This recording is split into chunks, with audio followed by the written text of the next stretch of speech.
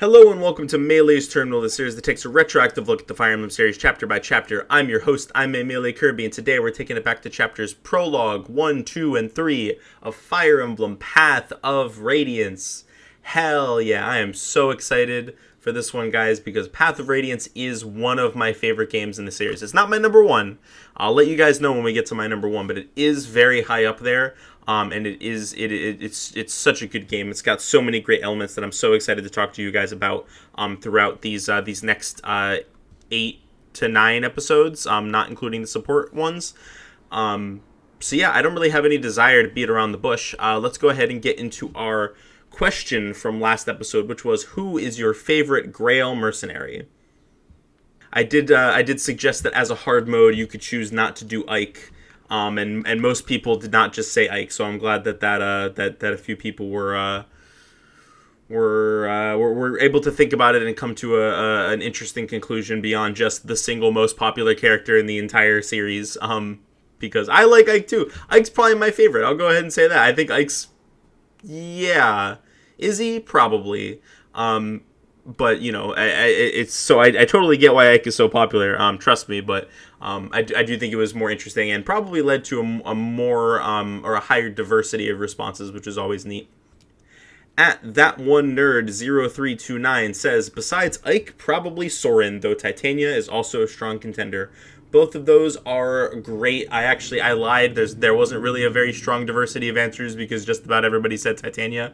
You know who else said Titania? At Jill Huddy, who I don't know how to pronounce this handle. Orbital Frame Jill Huddy, on Blue Sky says Titania because holy shit, Lady Jagan like Avel. And yes, Lady Jagans are always cool, especially when they're badass and hot older women. They are rad as hell when they do that. That's sick. And Titania's amazing, both as a character and in gameplay. And I can't wait to talk about her in this episode. And then finally, we have a reply on Spotify from Solaris who says, only played part of both Tellius games. I'll say Titania for now, and maybe update my answer if I commit to a full playthrough with you. Got to see a Titania cosplayer at the 2025 London Comic-Con and swooned. Yes, Titania has an amazing design. It's always cool to see people cosplaying Fire Emblem in general, but especially like more obscure characters. It's cool to see a little bit of diversity there in the cosplay department. I have a lot of respect for cosplay. I could never do it myself, but I think it's really, really neat. Everybody seems to like Titania. Technically, the first guy, that one nerd said Soren, as his official answer. But Titania, they even shouted out Titania as being a close second. So, yeah, and I don't blame him. I think Titania's great. I already mentioned I think my favorite's Ike. But if I had to choose a second favorite, it would probably be... Ooh, this is tough, man. I had a little while to think about this, and I still never settled on an answer. Because, damn, there's some really, really good characters in the Grail Mercenaries.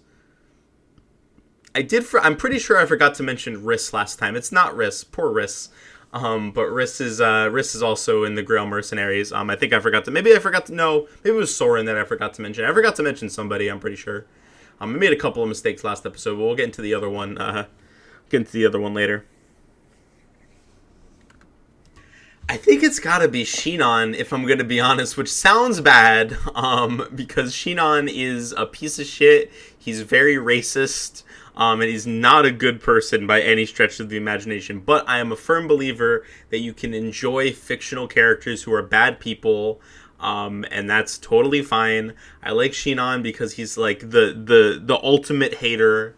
He's just like so petty and aggressive, and like such a fucking loser, man. He's so funny.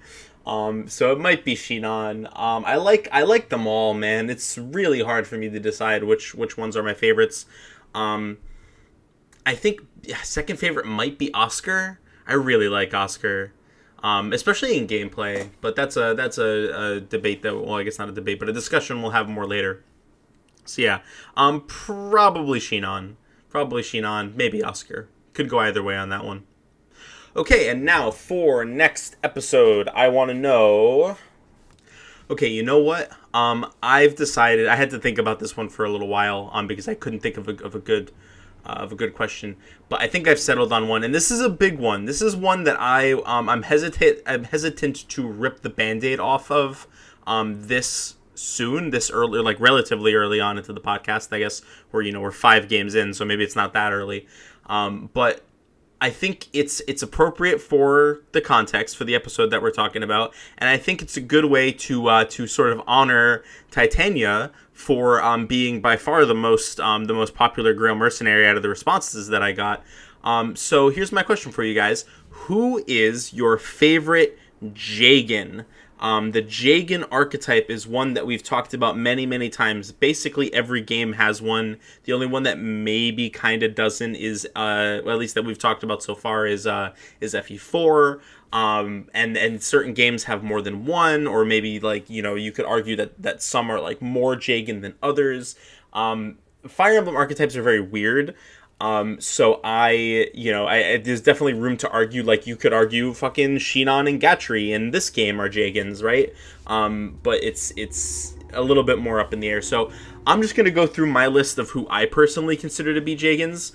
And in case you guys need a refresher on who's considered a Jagan archetype, but by all means, if there's somebody that I don't list off that you think is a viable contender for the title, then don't let this list stop you. I'm just going through my own personal list of Jagans. This is also be helpful for me to answer the question for myself when we do next episode. So obviously FE1, we have Jagan. We have the Jagan. I don't think FE2 really has one, so I'm going to skip past FE2. FE3 has Aaron. FE4 has Oifi. I think Oifi should count. I there's room to debate about how much Oifi really fits the mold, but we'll say that Oifi counts. In Thracia, I would argue that there are 2. I would argue that both Avel and Dagdar should be considered Jagans. There's FE6 Marcus and FE7 Marcus. They play very differently in gameplay, but they are the same character. FE8 has Seth. FE9 has Titania. I wouldn't consider Shinon and Gatri necessarily, just based on kind of the narrow definition of the archetype that we tend to go for. I don't think Shinon and Gatri should count, but if you want to count them, that's fine too. I think functionally in gameplay they work very similarly to Avel, so I think you could argue if she counts, then they should as well. But I think they're closer to like Oswin, who I guess you could also consider a Jagan. But yeah, they feel a little bit more distinct in their role to me. Let's see who else. FE10 has Soth. I think that's really the only one, which is weird with how FE10 handles its different groups and stuff. But yeah, let's just say Soth for FE10. Of course, then we have the remakes of 11 and 12, which are the same as their original games. FE13 has fucking Frederick. There we go. I forgot his name for a second. FE14 is another one where I think you could argue there's 2. I think you could argue Gunter, or you could argue Jacob. I guess there's 3. Depending on your avatar's gender, you either get Felicia or Jacob at the beginning of the game. I think they should definitely count as well. 15 doesn't have one because it's a remake of 2. And then we don't really have one in 3 houses either. So we've had a few games pretty recently that have not really had traditional Jagans. And then of course in Engage we have Vander, who is the Jagan from the most recent game, and one of the like most quintessential Jagans. Like really, if you ask me, maybe the first proper like traditional Jagan we've had in an original game since, like, not a remake, since Marcus and FE6. Like, I think that's you could very realistically make that argument. So yeah, that's my personal list of who I would consider to be Jagans. If you wanted like a jumping off point for who you want to pick as your favorite. But if there's anybody that I left out that you think should count or fit the bill, definitely tell me who you think it is. And as always, you can leave your responses at I'mAMeleeKirby on Twitter or Blue Sky, or email terminalpodcast@gmail.com, or leave a comment on Spotify. So yeah, thanks for everybody who wrote in last time, and I think we can go ahead and get right into talking about Path of Radiance. And we're not going to get into the chapters quite yet. Instead, I have a little bit of a prelude, I guess you would say. I don't actually have that much. This feels like this is a section of every game, like the beginning and kind of talking about a little bit of the context that this game came out in, like what the series looked like at the time. And honestly, there's not much I have to say in that regard about Path of Radiance. I mean, the elephant in the room, of course, is that it was the first console game in quite a while. FE6, 7, and 8 were all on the GBA. They were all on I can't fucking talk today. They were all on a handheld device. So this is the first console Fire Emblem game since the Super Nintendo. They completely skipped over the N64. There was gonna be one, probably, maybe. Unclear how far into development that one got. Unclear how many of the ideas eventually made their way into FE6. Unclear how many of the ideas eventually made their way into later games. But yeah, I mean, other than that, I don't think that the series had established itself as a handheld series yet, like we know it today. Because, of course, FE9 and then FE10, its direct sequel, were the last games in the entire series to be on a traditional console with no handheld element. Of course, the last couple of games have been on Switch, which is basically a console. It's considered, a home console, but it does also have you can play it in handheld mode. So it is functionally, very similar to a handheld in some ways. And in that sense, right, like now it is firmly established that Fire Emblem is a game for a game series predominantly for handhelds, kind of like Pokemon, stuff like that. So, and I do think, I mentioned in the I believe it was the FE6 episode, that I think that this structure of game does fit handhelds very well, right? Like, because some of the maps are very long, some of them are can be quite daunting in their maybe not their difficulty, especially not for this game, but like especially like, god damn, some of the enemy phases in this game go on for a really long time. There's a lot of enemies with very slow moving animations. So saying that the I think the game's moving back onto to console and not being as conducive to a pick up and play style. I think it is a knock against the series, and one that I am very glad that they moved back to handhelds as the standard for the series. I mean, as I said, I still love Path of Radiance to death. But if you're playing on, well, we'll get to that in a second. I was going to say, if you're playing, on hardware, right, the expectation is that you're going to sit down and you're going to do a whole map. You can't really, I mean, I think there's suspend. I'm pretty sure there's suspend. I think there's suspend in like every game. But if your console gets turned off in the middle of a map, you have to redo the whole thing. If you, there's no like in-game, like in-map saves, which wouldn't become like a series standard until later on. So it's definitely a different vibe, and especially if you started the games on handhelds. Started with the Fire Emblem games on handhelds, I should say. It's a little bit of a adjustment to make, moving on to the console games. So I definitely don't blame people who might have been a little bit put off by that. But yeah, I think ultimately it's fine. Like I don't think the games being on consoles like fundamentally changes how they function. I think it's a better fit for them to be on handhelds, but consoles also like work just fine. And I don't think it's completely terrible at the end of the day. It's also the first 3D Fire Emblem game, for what that's worth. Very, very beautifully animated 3D cutscenes. We'll get into that. The rest of the game, the 3D models like on the map and stuff like that, not so much. But the pre-rendered cutscenes are really, really nice to look at most of the time. Not so nice to listen to, but again, getting ahead of myself. So as always, when we start a new game, I like to let it sit on the title screen and play through its the opening animation that plays at the beginning of every game. A lot of the time, this will give backstory. We saw it with FE6 and FE7. Actually, I think every game except 8 at this point has had some sort of backstory dump in its opening cutscene.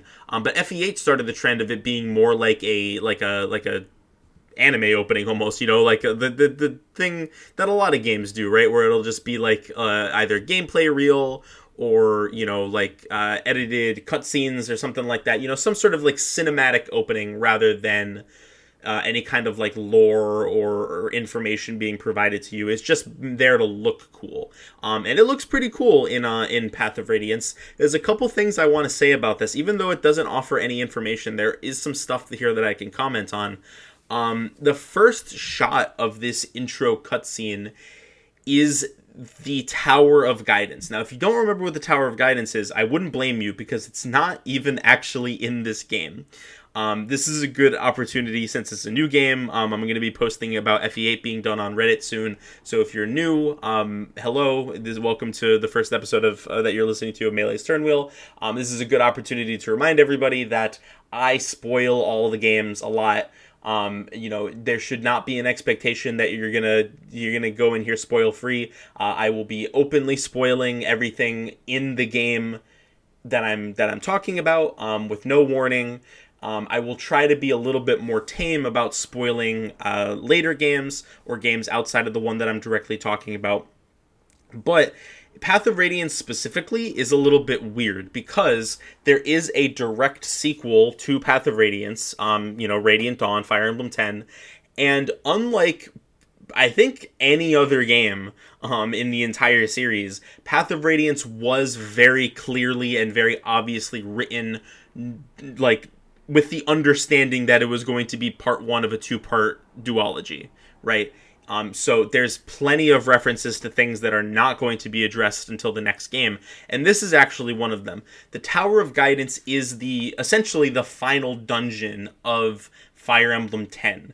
We do not see it anywhere in this game. You do go to Benyon in this game, and that's where the Tower of Guidance is, but as far as I can remember, it is never mentioned in any cutscene. You never go there. There's absolutely no mention or allusion to it whatsoever outside of this cutscene. But if you compare the shot of the Tower of Guidance to the shot at the beginning of this intro, you'll see it's very similar. The colors are a little bit different, but it's very clearly meant to be the same building. And I just think that's so cool. And so right from the beginning, you boot up this game and it's evident that they're thinking 3 steps ahead, right? They're talking about what they're thinking about, okay, this is where we're going to make things come full circle. This is where, the central focus of the next game is going to be on the Tower of Guidance. So let's tease it here, and they're not going to know what the fuck's going on. And that's cool. I think that's really cool. There's going to be a lot of things that I bring up that's okay, this is going to get addressed in Radiant Dawn. So I'll be sure to mention those as they come up, without trying to not be too spoilery for Radiant Dawn, and also trying not to be too repetitive of what I say and how I say it. No promises there, though. That's basically all I have to say about the intro cutscene. It's cool. You should go watch it if you haven't seen it in a while. It's got some cool music that I like listening to. Ashnerd looks really awesome. Ashnerd is the main villain of this game, so he's looking really cool and intimidating in his pose with his big wyvern. That's really all I have to say about it. But I like it a fair bit. When we actually boot into the game and we start a new game, we have some difficulty options. Normal mode, easy mode, and hard mode, not in that order, obviously, or difficult mode maybe is what it's called. This is very interesting because the way that this game handles its difficulty is different. I believe this is the first time, and it happens kind of in Radiant Dawn, but it's done differently. I'm pretty sure this is the first time and the only time that the difficulty modes have been changed from the Japanese version to the localization. Please, someone correct me if I'm wrong. I'm really trying to rack my brain here, but so here's the thing, right? This is only the third Fire Emblem game to be localized outside of Japan. And I think it's easy to forget that, right? Because it comes up all the time in discussion about FE7, but I feel like it's very easy to forget when it's not the first game to be localized. It kind of gets pushed to the side and isn't considered as relevant of a piece of that game's history. But with the context that, there's only been two previous games that come out in that have come out before in regions outside of Japan. Specifically, the United States is where I live, and I'm going to be talking about it mostly through the lens of the United States. FE7 had FE7. The only real thing is that there was no option to skip Lin mode. Since we never got FE6, there was no way for you to connect FE6 to your FE7 copy and skip over Lin mode. But that doesn't really count. The actual content of the gameplay was not changed there. And then in FE10, we would kind of see this come back again, where they changed the names. There's a whole, you probably already know this. It's a very well-known piece of Fire Emblem trivia, that the names of the difficulties in Radiant Dawn were screwed up, possibly, or maybe it was done intentionally. Who really knows? But this is the first time and the only time that the actual content of the difficulty modes has been altered from the Japanese version to the Western releases. What has actually been changed is that in the Japanese mode, or the Japanese version of the game, there were 3 difficulty modes. There was normal, hard, and maniac. And in the Western release, they cut out maniac completely, and they put in an easy mode.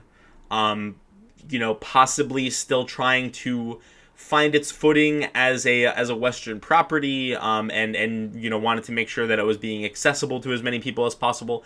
I don't really know why they had to cut out Maniac mode instead of just adding easy mode and having there be 4 difficulty modes. Maybe it was for space reasons. I don't know. It's on a disc, so I thought the whole thing was that they had so much more space than cartridges. I don't know. But that's a possibility, I suppose.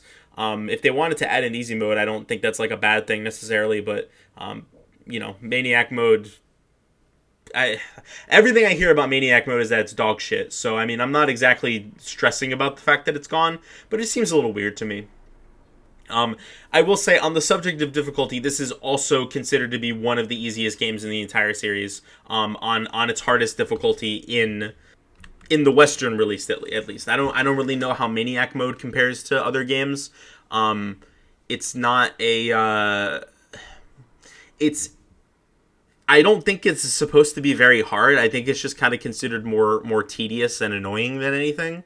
But I don't know. Obviously, I've never played it myself. You can play Maniac mode. All you really have to do is get a Japanese copy of the game, and if you know the game well enough, you probably don't even need to read Japanese to play it. But you could always get a English translation patch if you want to be able to, make sure that you are reading all the menus properly and stuff like that. So, yeah. Anyway, I for people who have played Maniac mode, I've seen some playthroughs and stuff like that. It seems just kind of whatever. So I don't think we're really missing out on all that much. But I don't think it was right to necessarily just cut it from the game entirely. So, I'm not a huge fan of that. But what can you do? Instead, we get hard mode as the hardest difficulty option in this game, and it's considered to be very easy.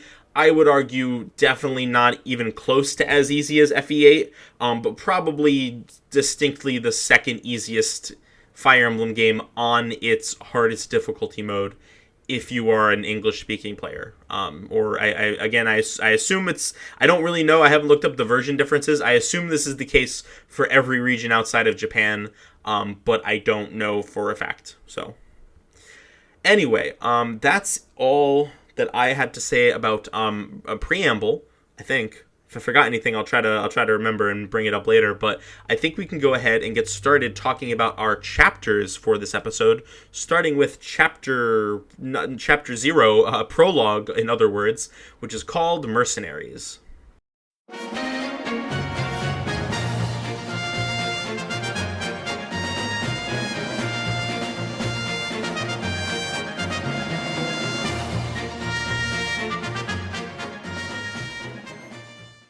So to kick things off, we see a cutscene of 2 people fighting. We will later find out that these 2 people are our protagonist Ike and his father Grail. They're doing some training, and then a third person shows up, a young girl by the name of Mist. And there's a funny moment here where Ike Grail being distracted by Mist. Grail up to this point has just been kicking Ike's ass, like not even trying, hands tied behind his back practically. And so Grail being distracted by Mist, Ike decides to take this opportunity for like a sneak attack sucker punch type deal, and Grail just kind of like bats him away easily, which is pretty entertaining. He actually hits him so hard that he knocks him unconscious, and Mist goes to check up on him. While he's unconscious, Ike has a dream about his mother. I don't think it's I think it might be mentioned after the cutscene. It is Ike's mother though. I mean, it's fairly obvious just from the way that they're from the family dynamics that we see early on, combined with the fact that she looks like Ike. It's pretty clear that it's supposed to be his mother, and she's humming a song that'll become important to the plot later. And then when Ike wakes up, he hears Mist singing the same song as she like picks flowers or whatever she's doing. And I have to say, so there is a little bit of voice acting in this cutscene, and there's voice acting in a few of the cutscenes, and this game is rather notorious for the voice acting being very bad. Same thing with its sequel, Radiant Dawn. People really do not like the voice acting in this game, and it's very, very easy to see why. Personally, I think it's a little bit overblown. I think that they mostly sound okay. I can be very picky with voice acting. There's a lot of modern games that has voice acting that I don't like. The modern Zelda games are a good example of this. I do not like the voice acting in Breath of the Wild or Tears of the Kingdom. And I'm certainly not going to argue that this game is better in that department. It's definitely not. But I don't think it's outright terrible either. I think most of the deliveries are like certainly a little bit wonky, and maybe a little bit corny. Maybe they could have used a few extra takes. But I don't mean to be like vicious or anything, but there is one major exception to this, and that is the voice actress for Mist. Her voice performances are just completely terrible in this game. I don't know if it's the same person in Radiant Dawn. I seem to remember it being slightly better in Radiant Dawn. Again, on par with like the rest of it, where it's like not good, but it's fine, it's acceptable. But in this game, Mist is just good lord. I think Grail's fine. I think Ike, for the most part, is fine. Most of these cutscenes aren't very long, is the other thing, too. Most of them are like a minute tops and have pretty minimal voice acting. There is a little bit in some later cutscenes that I'll probably draw some attention to. I'm setting this up early because there is a cutscene that I'm a big fan of later on, including the voice performances, that I'm gonna need to prep myself to defend my position on, because people talk about how much they hate the voice acting in the cutscene. But that's neither here nor there. That'll come at a later time. For now, all you need to know is that I think the cutscenes in general in this game are pretty good looking, and the voice acting, the voice performances is generally like not completely terrible. Certainly not very good, but not terrible either, in my opinion. Although of course you're entitled to your own opinion. If you think that the voice acting is terrible, then power to you. I find it hard to blame you, to be quite honest. Anyway, so generally, we set up the premise here, and immediately the premise is extremely different from anything we've seen in a Fire Emblem game up to this point. Because Ike is not a prince, he is not a lord, he is not a scion of a great, royal family or anything like that. Ike is established very early on to be a common mercenary. In fact, he's not even a mercenary yet. He is the son of the leader of a mercenary group called the Grail Mercenaries, named after his father Grail. And he is not even technically a mercenary yet. He is still training to become one. And then right at the beginning of the game is where his father basically gives him the go ahead to start taking on missions and stuff. That's essentially what this whole prologue is. It's for mechanical purposes, it's a tutorial. If you pick the easy mode difficulty, it'll probably be like tutorial prompts. I don't really remember, to be honest. In fact, I don't think I ever played this game on easy mode, so I'm not 100% sure. I played FE8 on easy mode my first time through because I was new to the series, but I didn't think that it was necessary at this point, because I played Path of Radiance like 4th or 5th. So I played like normal mode or whatever. But yeah, so it's a pretty straightforward chapter in terms of both story and in gameplay. One thing that I really wanted to make note of here is how much I love the chemistry between the characters. They're like, they're bouncing off of each other really well. They make jokes and quips, and they have like very charming dialogue that I think just like hits super well. And I believe the exact, because I started playing these chapters almost, I think it was actually the same night that I uploaded the FE8 wrap up episode, because I was really excited to get into this game. And I spent a lot of time deliberating in that episode about, trying to be critical of the game of FE8 while not being like overly harsh on it and acknowledging the things that it does well. I talked a lot about how I thought the characters were like, pretty good, if not excellent for the most part. Characters like Erica and Ephraim and all that. I believe my exact reaction to seeing the chemistry between the characters in these cutscenes was to go on Discord and say, actually, fuck FE8. It's so nice to actually have characters that, have chemistry and bounce off of each other again, because that just did not happen in FE8, really. It was so dull a lot of the time. And I don't think that's, like, I'm being a little bit disingenuous. I obviously, was being cheeky even when I said that. I don't think that's, like, literally true, that, like, FE9 just blows FE8 out of the water. I think FE8 is just going for something completely different in its tone. And I think it works very, very well for the tone that the game is trying to establish. I think the prose, I might have even commented on this in one of the earlier FE8 episodes, but I think the prose and the vibes that the characters give off in their more like restricted, professional, I guess, I don't know what the right word would be, but like the dialogue is a lot less, full of quips, and it's a lot more serious, I guess. And I think that sets a very grim tone that fits that game very well. So this is not like a serious critique or a serious comparison, but I do personally prefer it when the characters have a little bit more chemistry together, and this game handles that so well. We do get another character introduced here by the name of Boyd. Boyd is one of the Grail mercenaries, seemingly just based on the vibes and based on his interactions with Ike. He seems to be one of the greener ones, like he seems about Ike's age, maybe slightly older, and seems to be like relatively new on the scene as well, because he's talked down to, right? He clearly is towards the bottom of the totem pole in terms of importance, and seems very excited in that, like, the guy who was just the most recent rookie having a new rookie to talk down to at the prospect of Ike joining. So that's really the vibe that he gives off, and it's great. He definitely tries to assert some authority over Ike, and but because they're the same age, and because he seems to not be as he doesn't seem to be much more experienced than Ike is. Ike doesn't really take that sitting down. They have a little bit of a back and forth. He clearly wants to impress Mist. They are a pushed pairing, but that's way later, and that's not something that's going to come up for a little bit. But Mist is not impressed at all. She's like cheering on Ike, and she's like, take him down. She's actually pretty vicious to Boyd, which is very funny.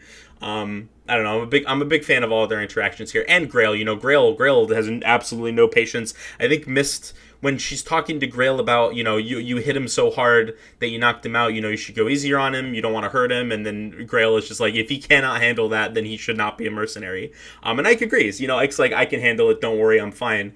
And that's just the dynamic between the three of them as a family is also really cool to see. That's something that's going to get fleshed out more in later chapters, but I really like the way that the mercenaries in these early chapters are fleshed out, how they're you can determine a pecking order extremely easily without it ever being like explicitly stated for the most part.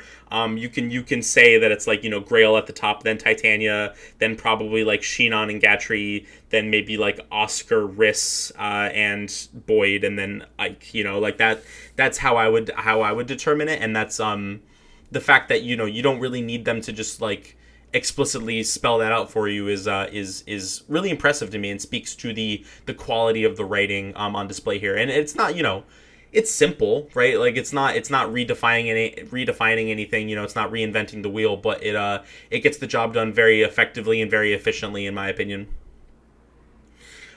So there's a lot to talk about in terms of gameplay. It does for the most part. This game does pretty much. It's very similar structurally to the GBA games. There's very few like fundamental differences here, or anything that like completely redefines how you play the game. The basics are the same. You know, the same weapon types at play for the most part. There is a new dagger weapon type that we're not going to see for a little bit. I'll talk more about that when we get there.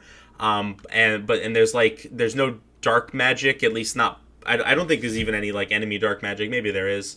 But there's the usual like swords, lances, and axes, and the weapon triangles here in all its glory. There is all three different types of anima magic are in this game, and they have the same weapon triangle as in the Yggdrasil games, rather than the Trinity of magic that we see in the GBA games, which I personally prefer a little bit, but not a huge deal.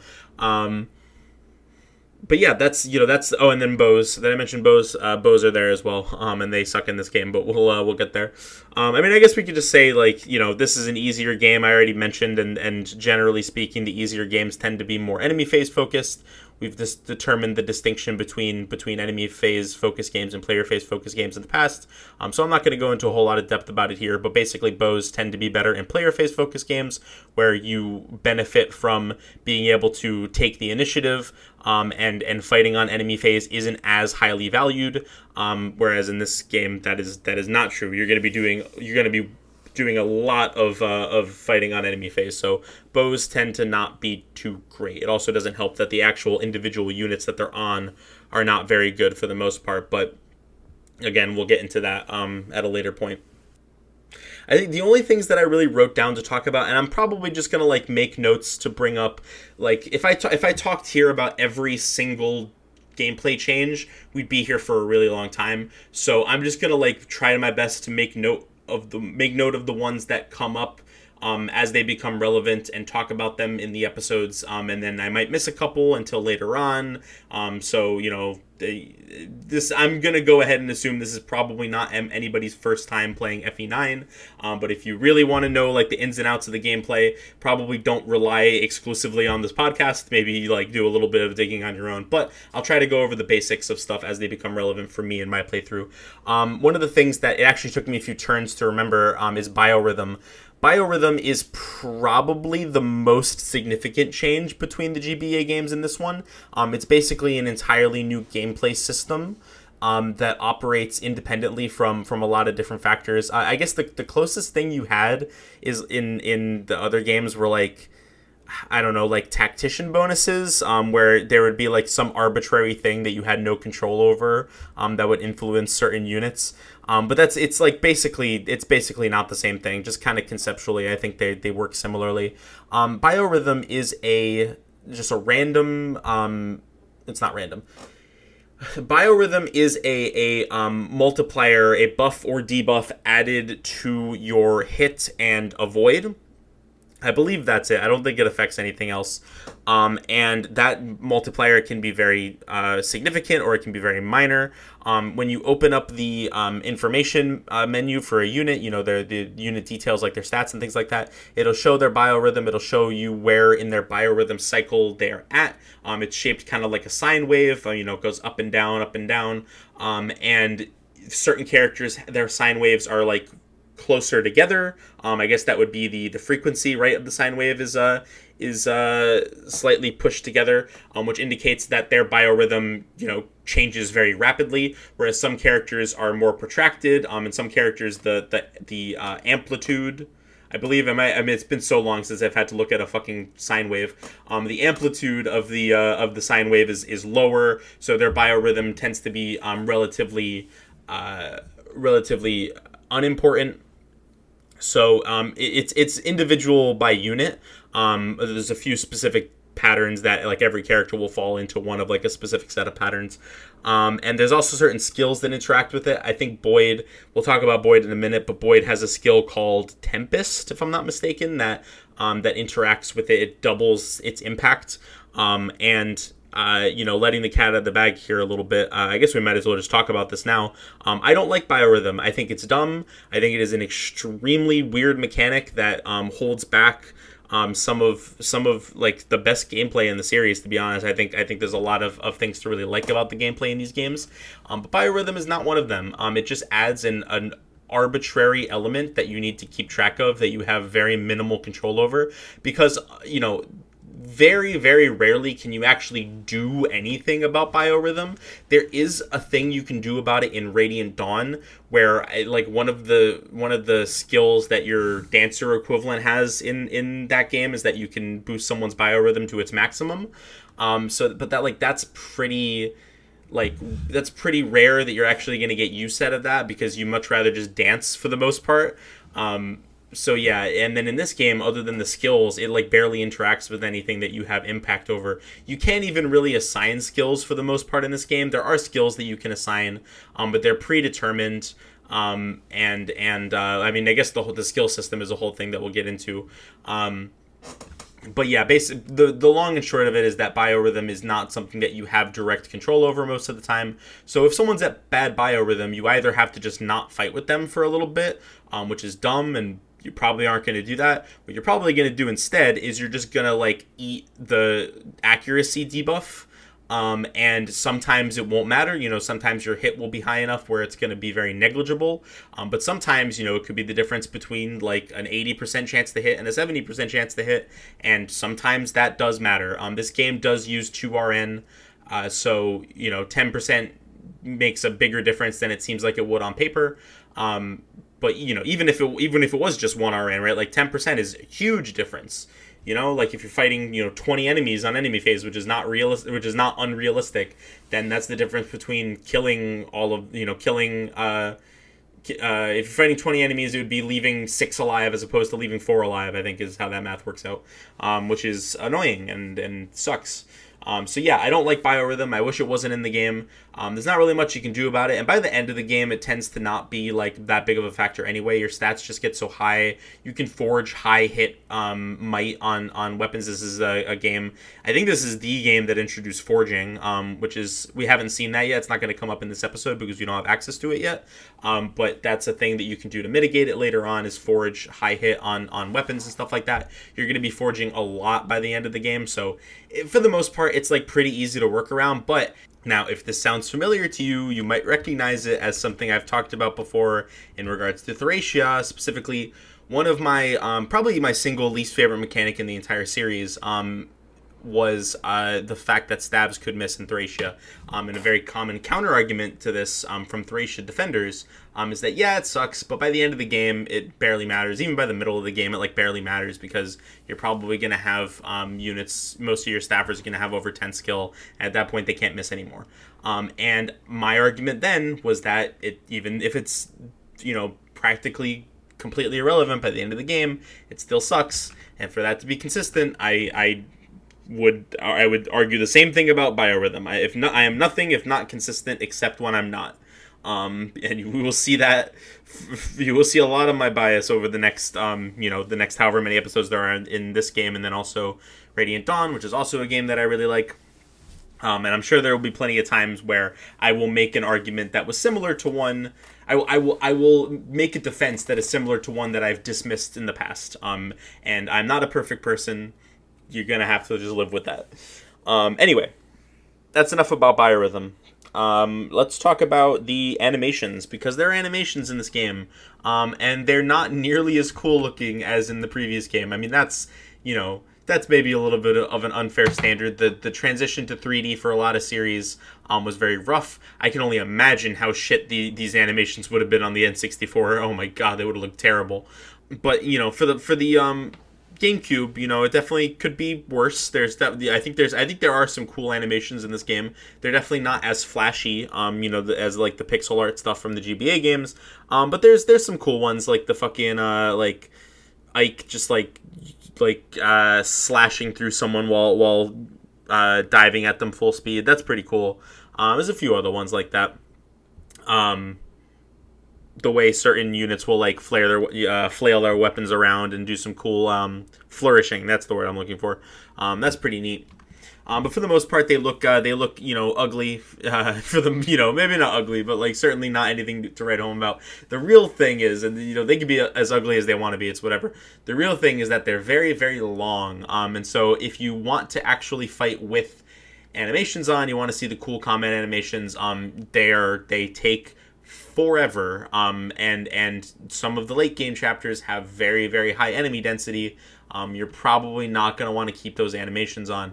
There are, I believe in later games, there are ways to set it so that the animations only play on your turn, and then they turn off on enemy phase. Unfortunately, I'm pretty sure that is not an option in this game. I'll have to double check the next time I boot it up.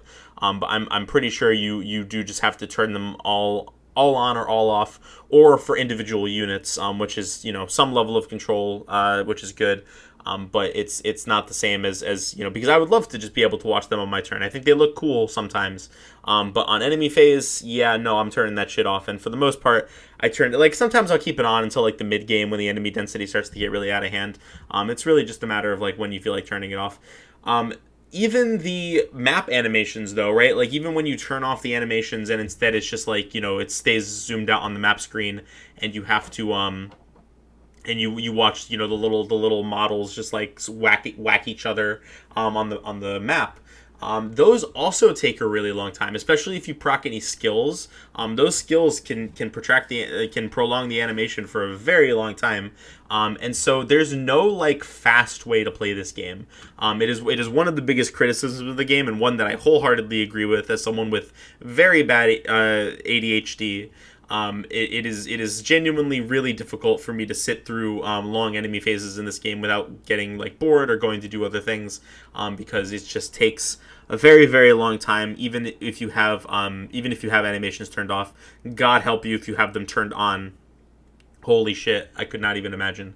I could, because I think I did that my first couple of playthroughs, but I'm not 100% sure. So that's about it for the most part for gameplay. There is actually one other pretty minor thing that I think is nice. They definitely don't do this anymore. Actually, do they? Maybe it's in 3 houses.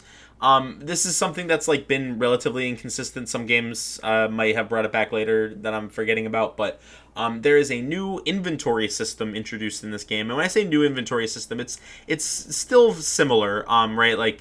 You have a certain number of inventory slots that you can use to hold either weapons, or you can hold healing items or stat boosters or whatever, various other things.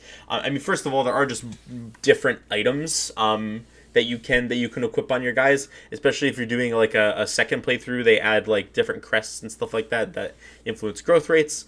But that's something that maybe I'll bring up later, because I'm not doing a new game plus playthrough or whatever they would call it. It's just a standard regular playthrough. So that's neither here nor there. The real thing I want to talk about in this inventory system is that it is now split in half. And now you can now hold up to 8 items.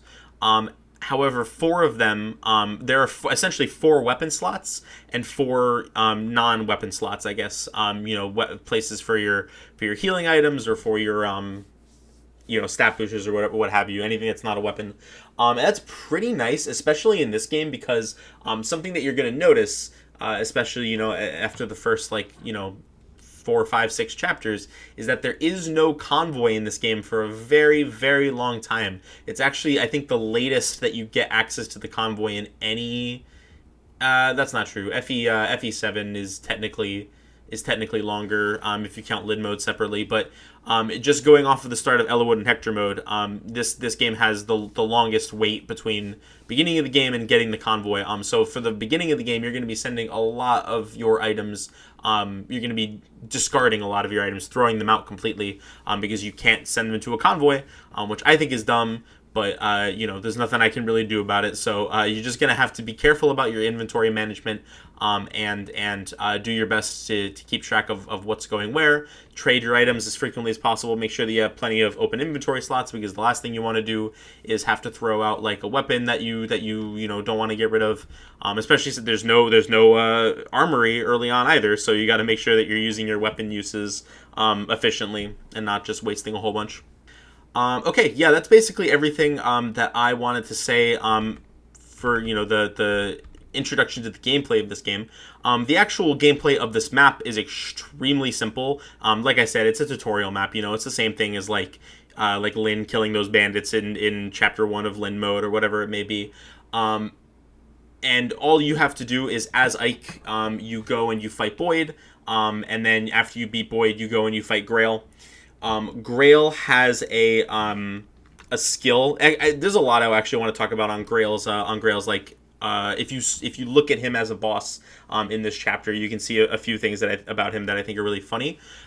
First of all, he is a hero, which is a recurring class in the series. However, there is actually no other hero in this game. The mercenary class does not exist. There are only myrmidons and swordmasters. Ike is a mercenary, I think. No, Ike's a ranger. But effectively, Ike is a mercenary. But he does not promote to hero. He instead promotes to well, that's actually kind of a spoiler. But we'll get, he does not promote into hero. I'll just say that much. And he stays sword locked even after his promotion. So there is no proper hero in this game at all, other than no playable one anyway. Ike does effectively become a hero in Radiant Dawn, except they don't call it hero, they call it Vanguard, which I actually think is a big disappointment. I think it would have been so cool if it was called hero, because then it would be like he's coming full circle and living up to the where his father, the role of his father, which I think would have been sick. But unfortunately, no, they do not go in that direction with it. They choose Vanguard instead. I mean, it's effectively the same thing. It lets him use axes. Notoriously, he can use a hammer against one of the late game bosses. But that's we're getting way ahead of ourselves on that one. Anyway, I just thought that was an interesting piece of trivia. For a game that centers around mercenaries, there is no mercenary or like the official class that we've seen, in a bunch of games before now. The other thing that's funny about Grail is that he has a skill. And his skill is I think it's called Discipline. And its literal description is gives the unit the ability to hold back while training, which is really funny that they bothered to flavor that in that way. Because as we see later, very consistently, Grail is extremely strong. And the fact that Ike is even touching him or doing damage to him is very unrealistic given what we know about him later. Most people weren't going to think about it, right? Because it's obvious that he's holding back in the narrative. That's the only way that this makes sense. But I think it's funny that they decided to include that piece of flavor just for fun. I think that's neat. But yeah, it teaches you a little bit about healing and about how enemy phase and player phase work. The works, stuff like that. Anyway, that's it for that chapter. Ike essentially passes his training, and Grail says, okay, I think you're ready to take on more responsibility, and starting tomorrow, you're going to be one of the Grail mercenaries. You're going to be going on mercenary missions and helping us out. And Ike's very excited to get started. He's very eager to start, upholding the Grail mercenary sort of reputation, which is really cool. You can see that Ike is very passionate and motivated, which is great to see. It's always nice to have a clear motivation for our main characters. All right, and that's the end of Prologue. Next up, we have Chapter 1, which is called The Battle Begins. We have a cutscene here at the beginning, which introduces several of the other mercenaries. It's not quite all of them. In fact, there's a few of them that are still missing.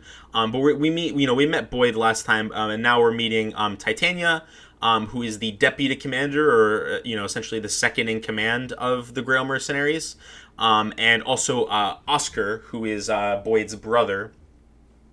And they're just chit-chatting, talking a little bit about what the day has in store for them. There's a few other characters that are name dropped here. We also see Mist at one point hanging out with another guy, who we later find out is Rolf, but we don't actually hear anything about him now, so I won't bring him up. But yes, Titania is saying that she's going to go handle some bandit problems, and she was planning on taking Oscar and Boyd. And so Grail suggests, hey, you should take Ike as well. It'll be a nice, easy first mission for him to get his footing, and Titania agrees. And And so that's essentially the setup for this chapter. It's framed as Ike's first real mission, and obviously Titania, Boyd, and Oscar are all there. Like we'll show you the ropes. We'll give you a sense of what this is like, and together we'll get through this. You should rely on us if you need it, that sort of thing. And it's pretty cool. I like the framing of the story here, and I think it's neat to see them acting as sort of role models for Ike through this. Yeah, so that's where the chapter begins. They just go and fight some bandits. The bandits say, "Oh, hey, we got mercenaries," and they fight. So there is a little bit of a thing, but we have access now to not just Ike, but three. Actually, I forgot to talk about Ike, so let's do that as well. We have access to four characters, including Ike. Now we have Oscar, Boyd, and Titania. Before anything else, there is one thing you might notice. I don't remember what the conditions for this are. I think it's that. I think it's just that you're playing like the international release. Maybe it's just the U.S. version or the North American version. And I think you need to be playing on like a difficult mode. I think it's a difficult mode. And if you meet both of those conditions, you can check Ike's inventory, and for some reason he will just have 4 iron swords. I don't know like what the debate has settled on. I know for a long time there was a lot of debate in the community about whether this was a bug or an intended mechanic. It seems to me to almost definitely be a bug, because it's like it would be really weird if it has no reason to work specifically under those circumstances. I don't know why they would do this anyway. Like, what would be the point of this being a feature? But some people seem to think it is, and I don't know like if anybody's taken a deep dive looking at the code to see if there's like something flipping here that shouldn't be or whatever. I don't know, but leave your thoughts in the comments and on Twitter and Blue Sky. Do you think this is a bug or a feature? Maybe both. If you're this isn't a Bethesda game, so it can't be that. But anyway. So that's it for the setup. Let's just start talking about some of these characters. I forgot to talk about Ike last time, so let's do that now. I should say. Ike, as I mentioned, is a ranger. He is a sword-locked unit, and he is pretty good. He has good growth rates, decent base stats. The main thing that holds him back is that he is sword-locked in a game that is very enemy phase focused. So anytime that he is fighting an enemy with a 2-range attack, whether that's a bow or a javelin, hand axe, or magic, he's not going to be able to retaliate on that enemy on enemy phase, the majority of the time. So he's going to leave a lot of enemies alive that don't have to be left alive, and for that reason, he definitely slows down the pace of gameplay if you let him take on a lot of enemies at once. Ike occupies a very interesting space in the gameplay of this game. Similarly to Leaf, actually, is a pretty good comparison, because for reasons that I will not get into right now, I mentioned that I plan on spoiling, stuff as it becomes relevant, but I will not go out of my way to do so if I don't have to. But for reasons I will not spoil, it is very, very important that you train Ike in this game. For Leaf, it's pretty early on that becomes important. For the Manchester arc, it's chapters 4 through 7 or whatever. But for Ike, this isn't going to become that important until the very, very end of the game, which is kind of disastrous in a lot of ways.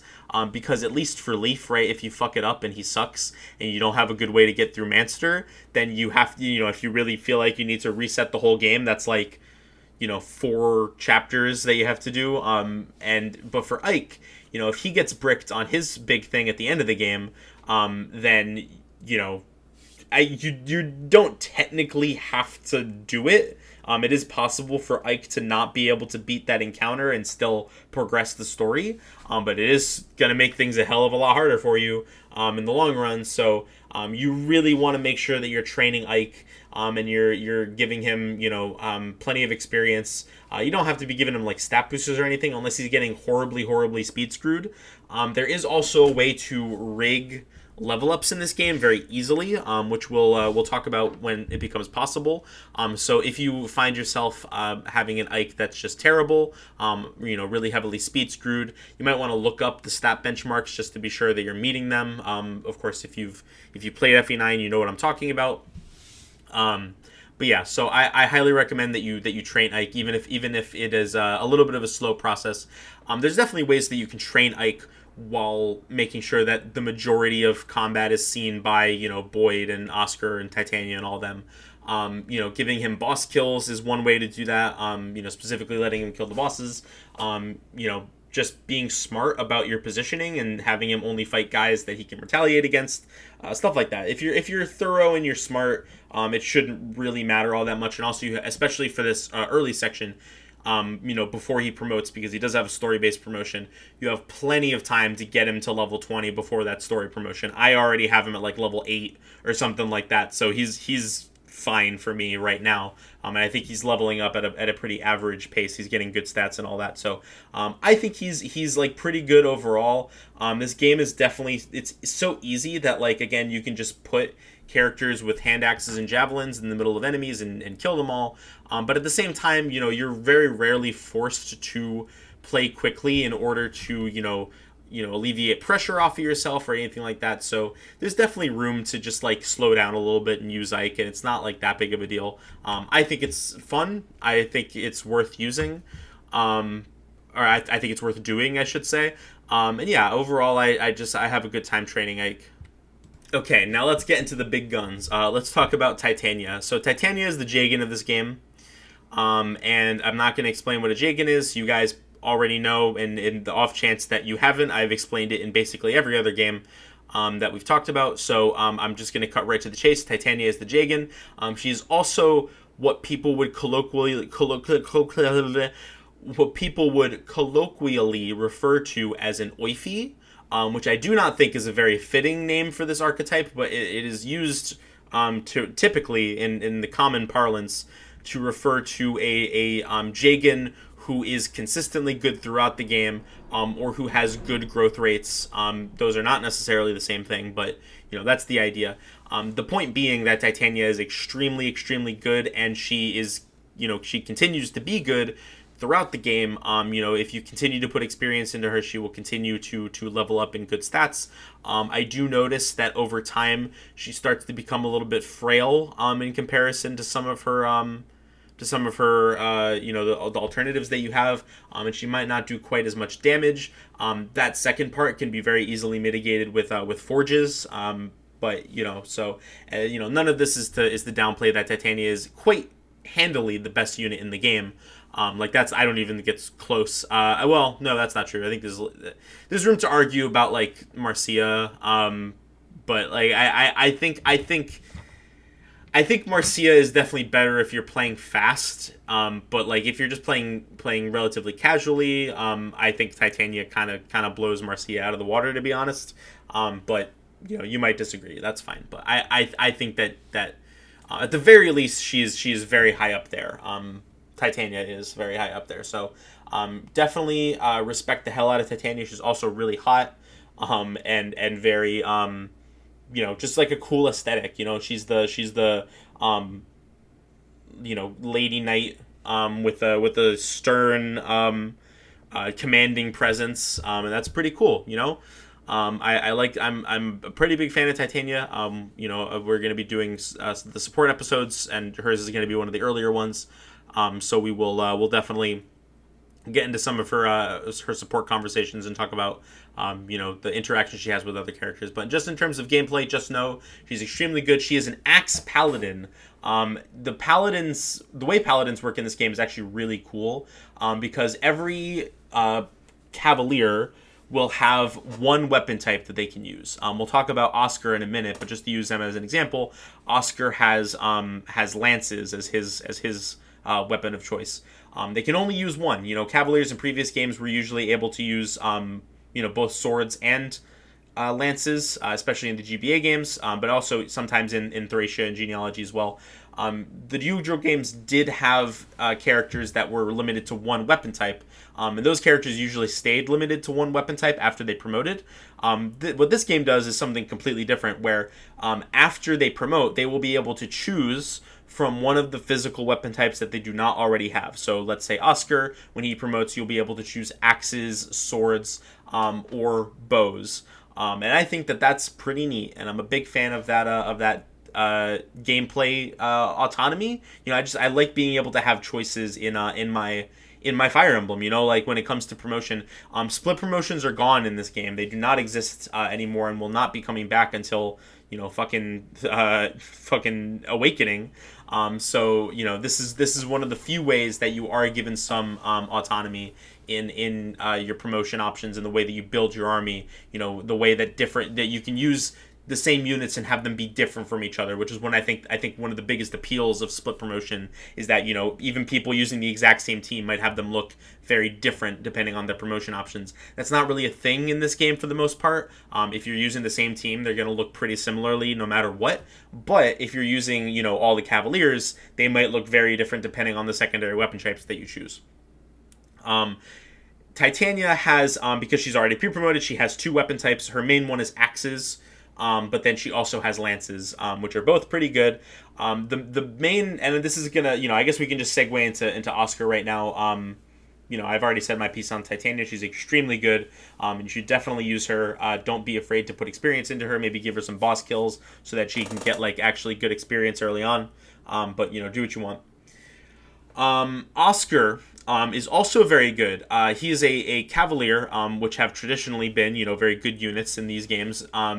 High mobility is great. We'll talk. I got to talk about Kanto in a second, actually. But high mobility is very good. There is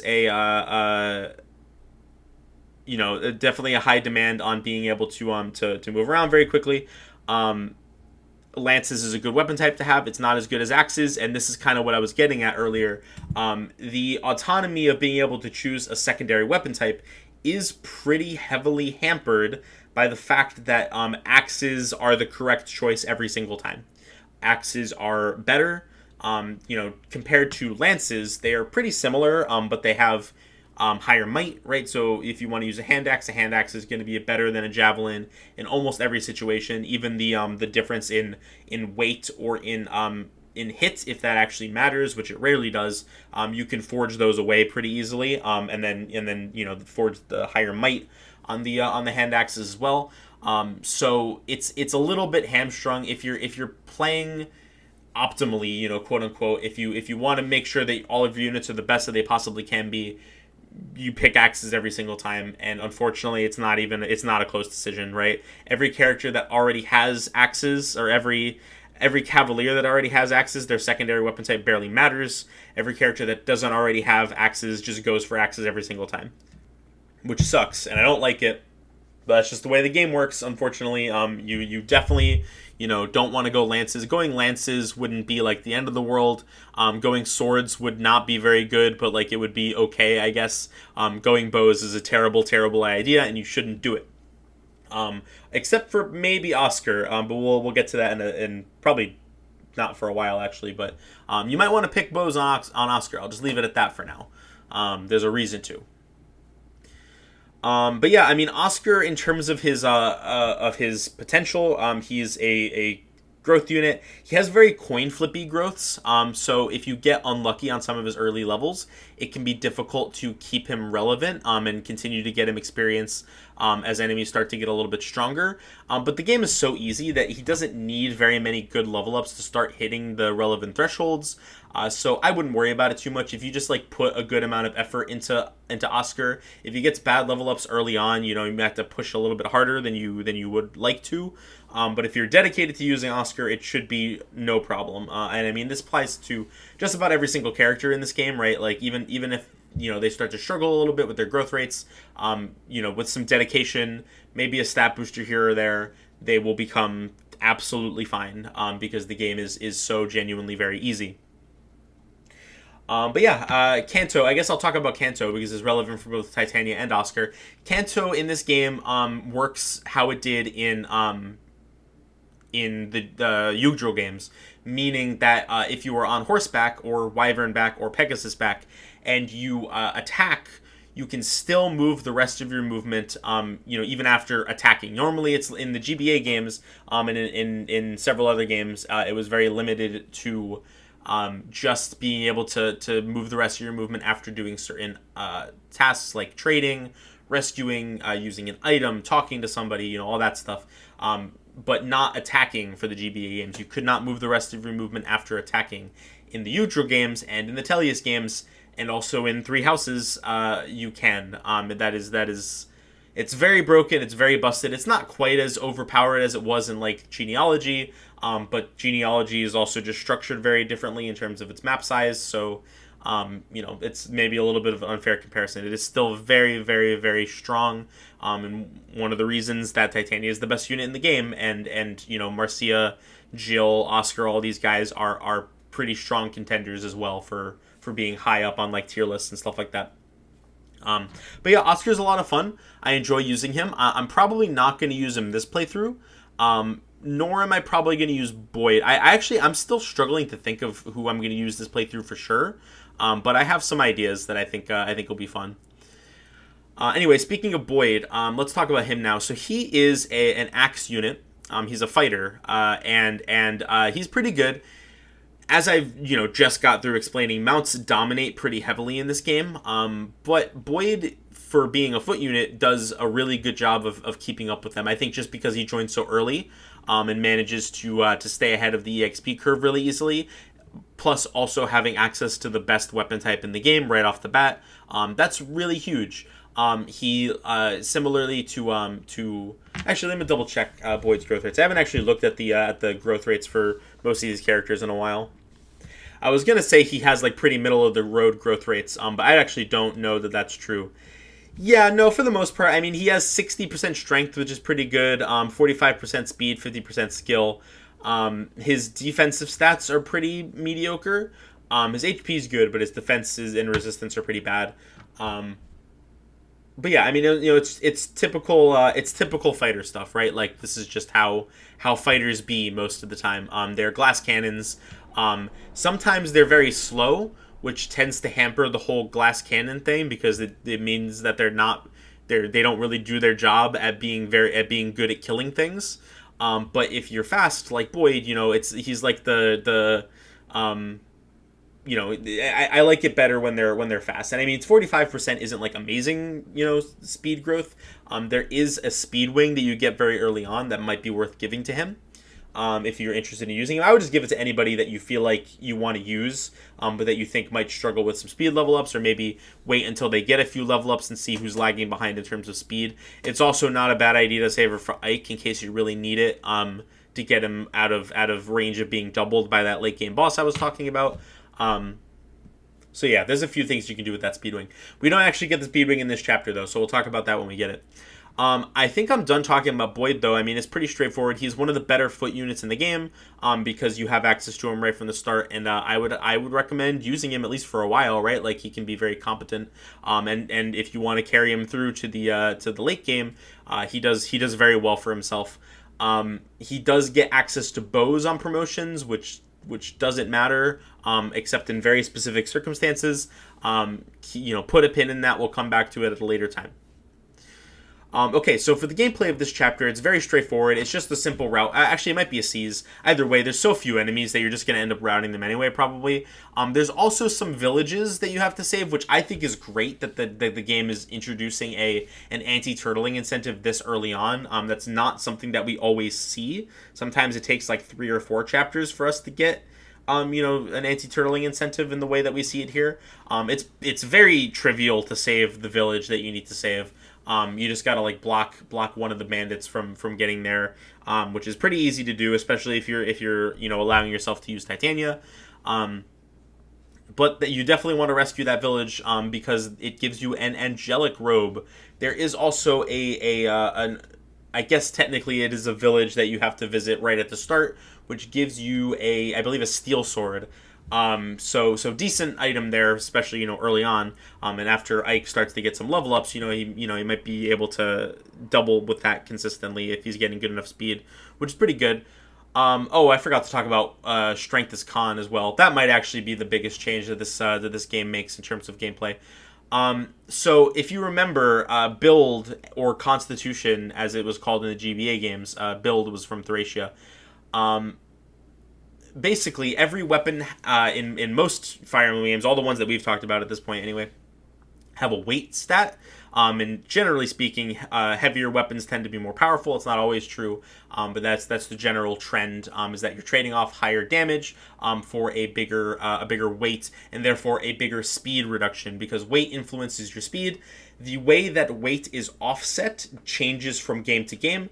In FE4, it just wasn't. And if you used a weapon, that weapon's weight was just taken directly out of your speed. Which led to very funny situations where, because axes were so heavy, it was very difficult to ever double consistently with axes. You could do it, but it was very hard. In the GBA games and in Thracia, they all worked pretty similarly, where they would have a stat called what was Build in Thracia, Con or Constitution in the GBA games. The only real difference between the two is that in Thracia you could level up your build stat, and it also went much higher than the Con stat did in the GBA games. Whereas in the GBA games it was more of a constant. The Constitution, stat did have a pretty significant drawback, which is that it unfairly punished female units for effectively no reason. That was a very big flaw of the system, right, where female units of the same class tend to just have worse con for no reason. Well, I say no reason, right? Like, it's mechanically it doesn't make any sense. Narratively, it's a representation of how big a character is, how physically buff they are, I guess. So it makes sense, like, in universe, why a character's con would be lower. But as a gameplay consideration, it really backfired on essentially just making female units slower. I don't know if this is actually true. I think the idea was maybe that female units also tended to be faster on average, like they would just have higher speed stats to mitigate that. I am not 100% sure. I think you can see that, like, the case for that in characters like Isadora, but I don't know about, I think Echidna too, to be honest. I don't know if that was, like, consistent enough to really make a substantial difference, or if it really was true that female units tended to be slower on average. I don't know. I'd have to go back and do some math on that one. But either way, it's not relevant for this game at all, because they completely tossed out the con stat in this game. Instead, the way you offset weight in this game is with your strength stat. You just take your strength stat and subtract it from a weapon's weight, and that is, the remaining weight is taken off of your speed. And I have a lot of problems with this system. Constitution was far from perfect, but I actually prefer Constitution to this a lot, because really what this boils down to is that it is extremely punishing for early game, where characters tend to have pretty low strength, and especially if you're using a heavier weapon type like axes, it's just gonna, like, bite you in the ass. You're barely gonna be able to double with anything a lot of the time. But as the game goes on, it just becomes completely irrelevant. It just does not matter by the time you hit a certain strength threshold. And I mean, there's certain, like, super heavy weapons that are always going to weigh you down a little bit, or are probably going to weigh you down always. But for the most part, once you hit, like, the mid game, maybe like chapter 14 or 15, it just doesn't matter anymore. And there's no reason to it's not something that you even need to factor into your decision making, which I think is a shame, right? Because it completely negates that the theoretically, at least, the trade-off of using a stronger weapon, meaning that you're going to get slowed down a little bit, which is why I think con works pretty well, because even in the later sections of those games where you have ways to mitigate it, right? You could give a character a body wing, or your speed was just high enough where you could eat the speed drop. It's very hard to argue that it's not always relevant and something that you should be taking into consideration even well into the late game. At least that's how I felt. It also still unfairly punishes female units because, again, just kind of going off the vibes, at least. I haven't mathematically, like, crunched the numbers on this one, but I think I'm pretty sure this is true. Female units tend to have lower strength compared to their male counterparts, right? Like, if you look at, like, let me just look at Mia, right? Mia. Let's see, 7 strength at base in Path of Radiance compared to Ike, who, and keep in mind, she joins at level 6, right? level 1 Ike already has 5 strength, and by 50% strength growth. So by level 6, he'll be at least at the same strength base as Mia. Possible on average, she'll be at the same strength base at Mia when they're both level 6. But her strength growth is a little bit lower as well. So it's, that's just an example. It's not the most egregious example in the world, but it does. I think it does still have a similar problem to what Khan had, while at the same time being a lot less interesting to factor into your decision, which is your decision making and minute by minute gameplay, which is a lot more boring to me. I don't know. I think that if they wanted to workshop Khan and make it a little bit different, I think they could have done a much better job with it than this. It's a little bit disappointing. Okay. That's pretty much all there is about this chapter. You beat the shit out of some bandits, and we talk about how good Ike was at being a mercenary, and that's pretty cool. The villagers seem very grateful, and they express their gratitude to Ike, who seems very happy to receive it. This is going to be something that comes up a little bit more later, that Ike really does feel very proud of what he's doing here, and is very happy to be helping people. And so seeing that, that their actions are making a notable impact on others is really cool to see. Okay, let's move on to chapter 2, which is called Rescue. This one narratively is a little bit more of a filler chapter. I don't necessarily know what it's doing here, other than just to introduce new characters, which is fine. There's a lot of characters that are at the beginning of this game, so we need to be introducing them somewhere. I guess this is as good a place as any. We meet Riss for the first time, and we establish very early on. I mean, it's pretty clear from his design, but they also say it in gameplay that Riss is a healer. He's the only one out of the Grail mercenaries who can use healing staves, and that makes him a very valuable asset. They also mention that he tends to be pretty sickly and gets worn out easily, so they encourage him to rest as often as possible. Because they don't want him to push himself so hard that he hurts himself, and they don't have a healer. This is never relevant in gameplay, which I mean makes sense, right? We don't want to have to. It'd be funny if they introduced fatigue in this game just to have it apply only to Riss. That would be based as hell, actually. But they don't do that. So not really worth complaining about, I guess. Riss is just, chatting with Titania. They're having a pleasant conversation, and he gives Titania a letter that was given to him by somebody, outside of the mercenary base. It turns out that it is a ransom letter to some of the bandits who were in league with the guys who you killed last chapter, have kidnapped Mist, Ike's sister. Did I ever actually mention that? I don't think I did. Mist is Ike's sister, and Grail's daughter, as well as Rolf, who we have not met properly yet, but he is the brother of Oscar and Boyd. They're a trio of brothers. Those two have been kidnapped, and they're just kids. I mean, we've already seen Mist. She's 12 probably in this game, maybe 13.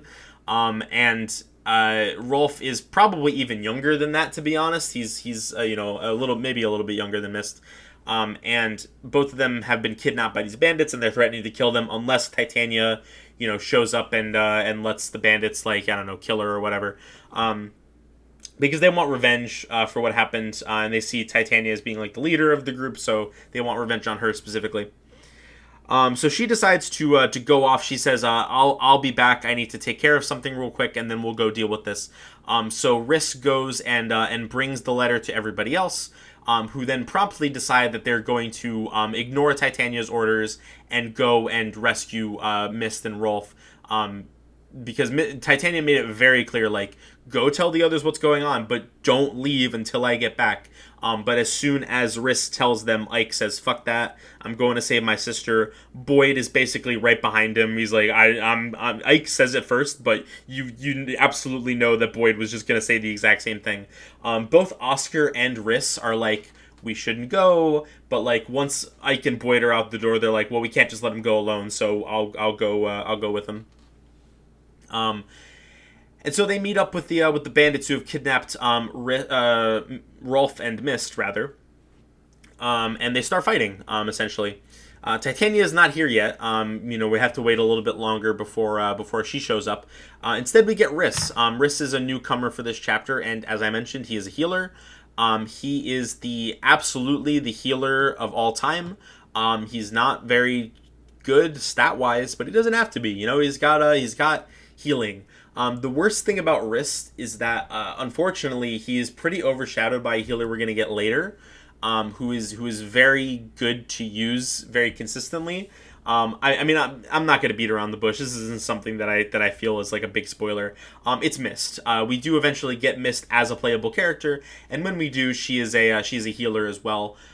She not only eventually promotes onto a horse, which Riss does not. Riss just becomes a bishop, but in addition to that, she is also very relevant for the final stat check, basically, that Ike has to deal with.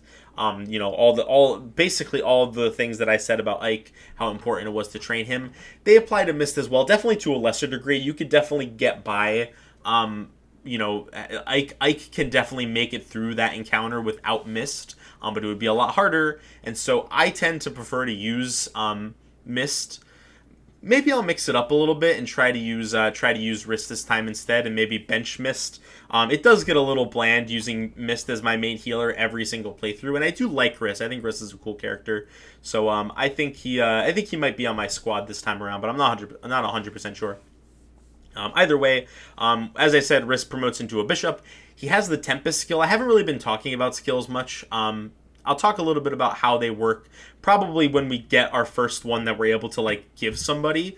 But as a an overview, I guess. Skills in this game work similarly to the class-based skills from the last game. In FE8 you had classes like General and Wyvern Knight and Sniper that had skills that were basically passive effects that would go off sometimes.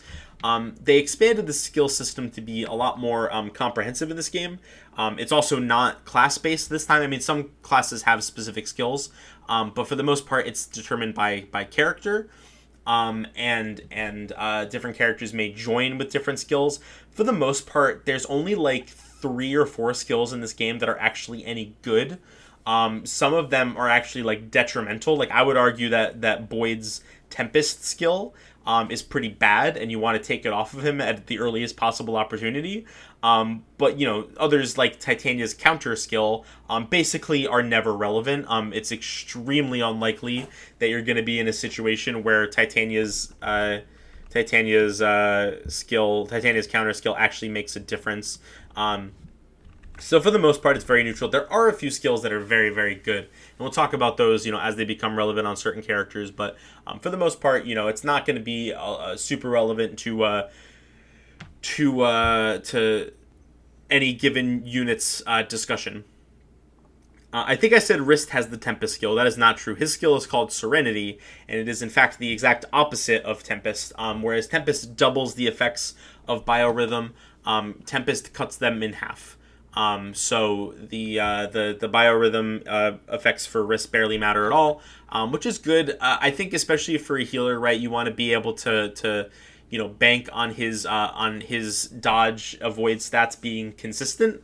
Not that they're ever going to be very good. Wrist is pretty slow and very frail, so you don't want him to be taking too many hits. But if you don't want, the last thing you want is for an attack that would have been very unlikely to hit land because you were on shitty biorhythm, right? So I think putting it on a healer makes sense. But at the end of the day, it's another one of those skills that you're not going to notice the effects of very much. But it's still nice to have, I suppose.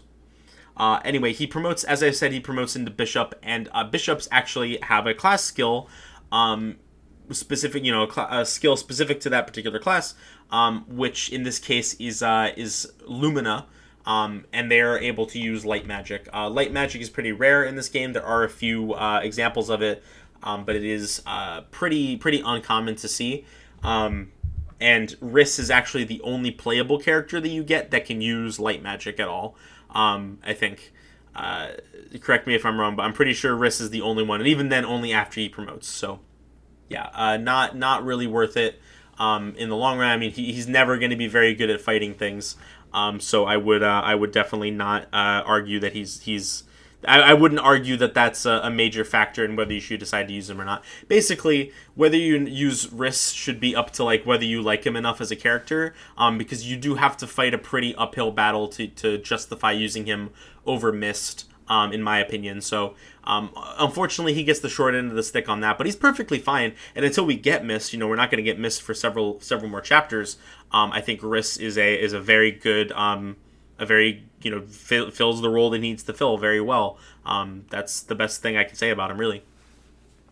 Okay, this chapter progresses very linearly. There's a couple guys over on the left that you might want to take care of. I'm pretty sure it's a route map. I should probably be checking instead of just saying pretty sure. Hold on a second.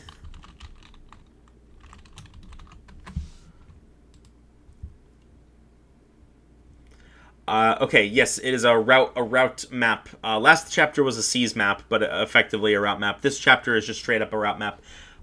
There is a couple things worth noting. First of all, we're seeing heal hedges for the first time here. Heal hedges are terrain that heal you. I think they decided that having forts would be very difficult to represent visually. In a 3D space like this, and also for a lot of maps, it wouldn't make sense for them to be there. So instead of forts, they effectively, they just replaced it with something called a heal hedge, which provides some defensive terrain while also a passive HP regen every turn. Enemies will the AI in this game is very interesting because they will, if they are low on health, they will run away from you to go heal, either by using a vulnerary. They can trade vulneraries around in this game, which is pretty cool, or they'll go to try to heal in a heal hedge if they think that it's necessary to keep them alive. But for the most part, you just kind of make your way, kill the enemies over on the left, and then make your way to the right, and then up, killing all the enemies along the way.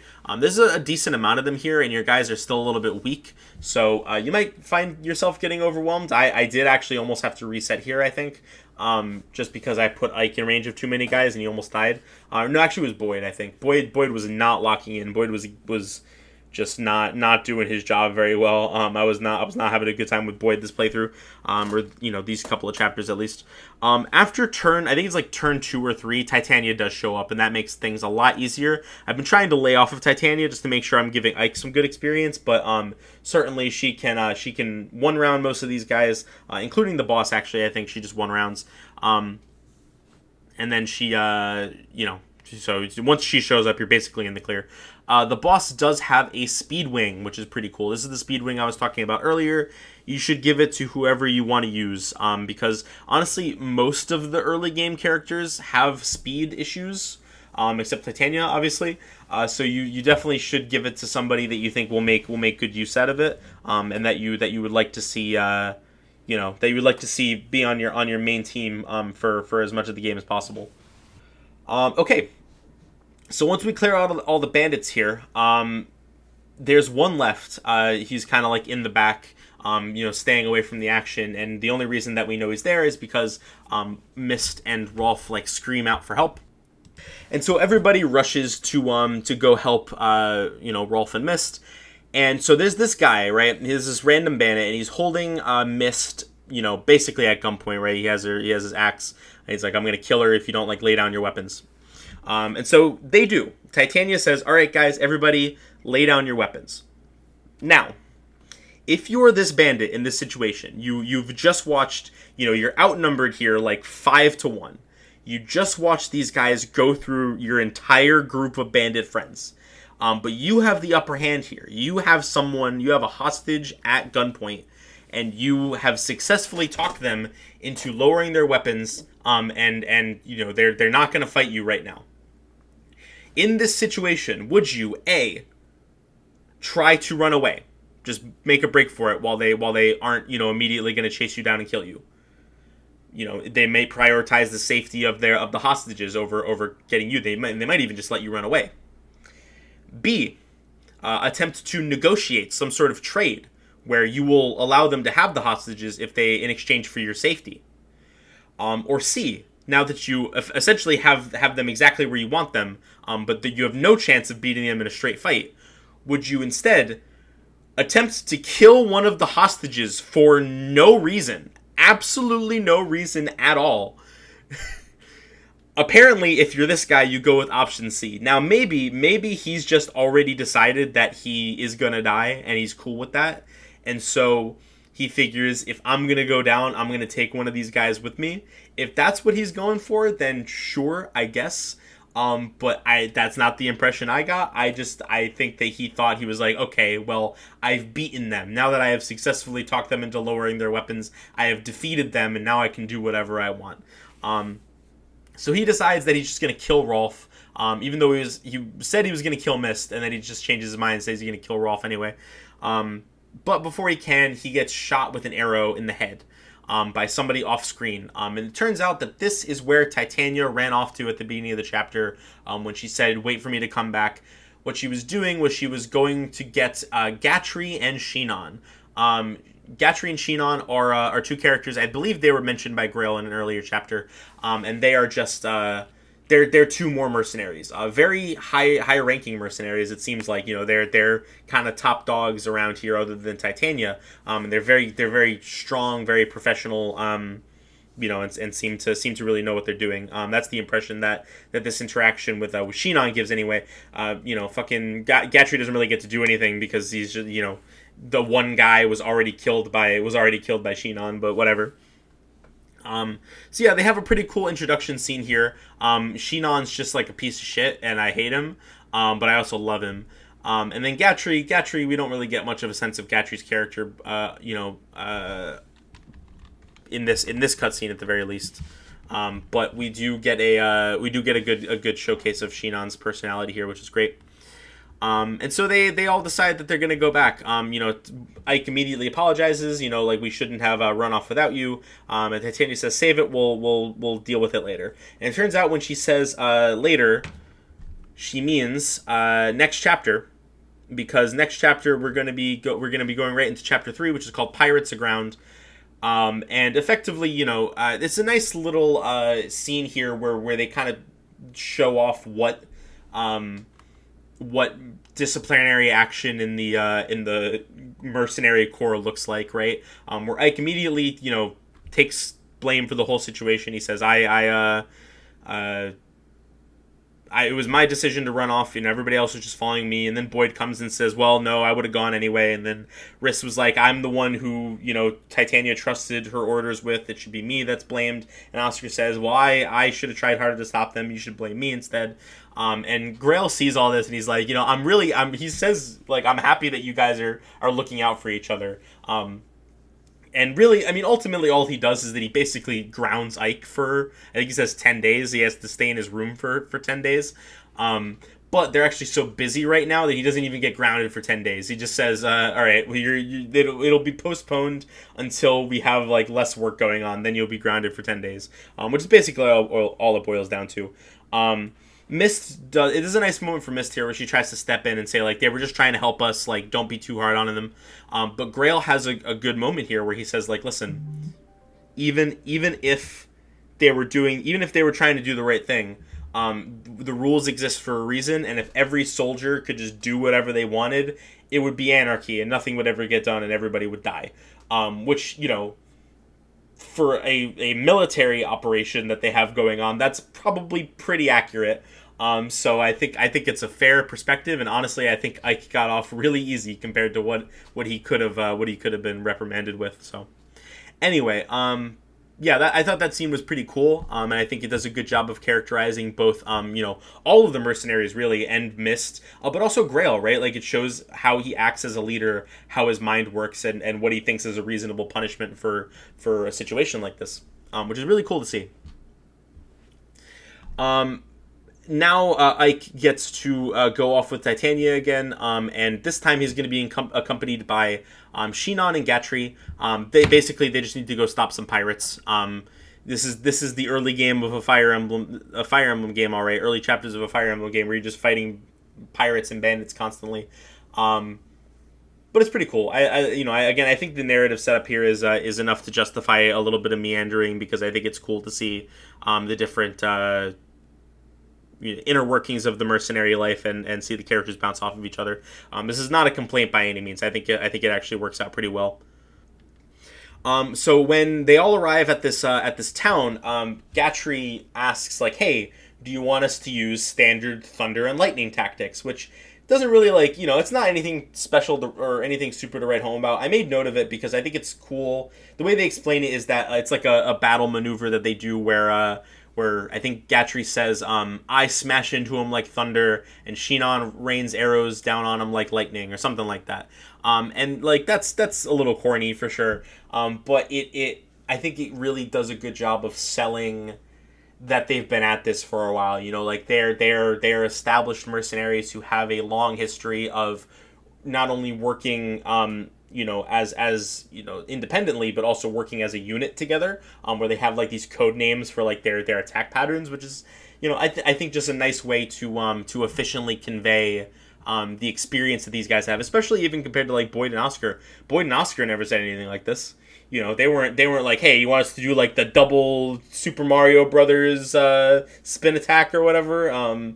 It's a thing that specifically Shinon and Gatry think to do with Titania, which I think shows their level of experience compared to everybody else. I think it's neat anyway. So when we start fighting, and we get access to our two new units, Shinon and Gatry. Now, Shinon and Gatry are very interesting. They operate similarly to as I mentioned, you could argue that they're Jagans, or at the very least Jagan adjacent. Jagan adjacent. That's a fun phrase. They're similar. I would compare them more to like Oswin, right? Where they're very strong. They're probably not like capital J Jagan archetype characters. If you even want to, define it that way. But they're clearly meant to be characters that you're given early on that are strong. I mean, Shinon's even promoted. He's a sniper, whereas Gatry is, I think, pretty the comparison to Oswin is pretty one-to-one with Gatry because he's an armor knight. And I think he might even be the same level. I think he's like level. He's about level 10. I think Oswin was level 10, and Gatry is about level 10 as well. So both of them are very strong. I mean, Gatry has all of the downsides of an armor knight. Low mobility. Low speed. Not going to double very consistently. He does actually double a few of the units on this, or a few of the enemies on this map. And Shinon, is just doubling things left and right. His strength leaves a little bit to be desired. He doesn't always one round, but that's pretty good for a Jagan sometimes, right? Because you might want him to weaken enemies so that I can come in and get the kill. But yeah, I mean, and obviously, Shinon as a sniper, right? Like in an enemy phase focused game, is going to be hard pressed to find good opportunities to do enemy phase combat. But at the end of the day, they're just so strong and so much higher level than all the enemies you're fighting that it's not really gonna matter. They're just kind of like walking delete buttons, which is pretty cool. I enjoy that dynamic. Unfortunately, Shinon and Gatry are only available for a few chapters before they leave for a pretty substantial chunk of the game. Gatry is only gone for like a few chapters. But Shinon is gone for like most of the game. There's a very specific event where they both just leave your army for a while before coming back. That for Gatry, that's not like a super long time, but for Shinon it is it's pretty significant. So definitely keep that in mind. Don't put too much investment into like Gatry, for example, if you really want to use an early game armor knight, because he's not going to stick around for too long. I will say they changed the availability of units a lot. Like for example, in this map, Riss, Oscar, and Boyd are not available to use. They are not with you. It's just Titania, Gatry, and Shinon. So saying that like characters like leave and come back, a few of the characters in this game do that. But at a certain point it stops and everybody becomes available consistently. Shinon and Gatry do leave. And are going to be gone for a longer chunk of time than any individual units, just kind of like not being around for a chapter or two at the start of this game. But anyway, I think they're both fun, and I think they're both enjoyable. We'll talk a little bit about their long-term viability after we get them back. I think Gatry is, the short version is that Gatry is pretty workable, whereas Shinon is awful, probably one of the worst characters in the game in terms of long-term viability. But in this beginning section, they're both quite handy, and I think you should definitely utilize both of them if you want to, and if you think it'd be helpful for you. Similarly to Titania. Okay, there is a lot going on in this chapter. There are a few houses that you can visit. Actually, I think there might just be one. And in this house is a particular guy. I believe they even name him. He's called Nasir. This is a character who we're going to meet later. The fact that he's here is not like really relevant to anything. It's just kind of a cameo of a character who will show up later. He does have slightly different dialogue with Ike, but it's very minor. Ike doesn't like talk to him or anything. It's just like, I think he makes a comment about Ike looking young, whereas he doesn't do that for the others. But regardless of who you visit with, he gives you an elixir, which is pretty nice. And I like Nasir, so it's cool to see him here, even though it doesn't actually mean anything. The way the map is structured, by the way, I should mention, is that there's some pirates like in the actual town that you have to, bust your way through, and then you can walk up a gangplank onto a boat, which I think the boat maps in this game are really cool. I think they're the boats, the way the boats are structured are pretty fun. There's like choke points and everything. But while you're making your way through the town, it's very early on that this happens. Turn like 2 or 3, I think. A green unit shows up. It is a Pegasus Knight by the name of Marcia. She is here to talk to the pirates because she believes that they know where her brother is, and they kind of do. They're like, yeah, we know where your brother is. He like cheated us in a game of in a game of dice or whatever the fuck, it sounds like they did know her brother, but they had a falling out, and then they like tossed him overboard, and they don't know what happened to him. He might be dead. Unclear. But either way, she starts trying to kind of pick a fight with the bandits, or maybe they pick a fight with her. I don't really remember. Either way, they get into a big scuffle, and they decide that they're just gonna kill Marcia. So you have to go and save her. Definitely prioritize this because she is a recruitable character later on. Not actually in this chapter. She doesn't show up again until later on in the game. But you do need to rescue her here. Obviously, she needs to be alive. You also need to talk to her with Ike. That's actually something that I've done in the past, is that I'll save her, but then I'll just forget to talk to her. And she'll end the map as a green unit, and you won't actually be able to recruit her later on. So you definitely want to make sure that you talk to her with Ike. She will leave the map. They'll have a conversation. Marcia is very fun. She has some fun exclamations that she like shouts out. She's like, "Oh, crackers," or "sponge brain," stuff like that. She has fun little insults for people. Someone had a really fun time writing her dialogue. She also calls Ike handsome, and he's flustered by that, which I think is cute. There's not really any kind of like romantic implication there. Like she never like, she's not a potential romantic pairing for Ike or anything like that. Yeah. Anyway, I think it's a fun map. I early game bandit map. That's really all that I can say about it, but it's certainly not bad. I enjoy going through it. Again, I think the boat section is pretty fun. I am a big fan of boat maps in this game. We don't get very many, but the ones that we do are some of my favorite maps in the entire game, which is awesome. But yeah, pretty straightforward overall. The boss is a little bit tough. He's actually the first enemy that I found that Titania did not one round. Actually, I think there might have been like a couple. The pirates have very, very high HP, so with an iron axe, Titania was not one rounding all of them. She was doubling them. She just wasn't doing enough damage to kill them in one round of combat. Yeah, that's about it for this chapter. I think it's all right. It's pretty all right. Most of these are, I don't have much to say about most of these. I'm hoping that we'll be able to get more into the map design and some of the more interesting aspects of the map design in chapters that have a little bit more going on, because if you've played a Fire Emblem game, the early game maps tend to be pretty basic. But yeah, this game is certainly no exception.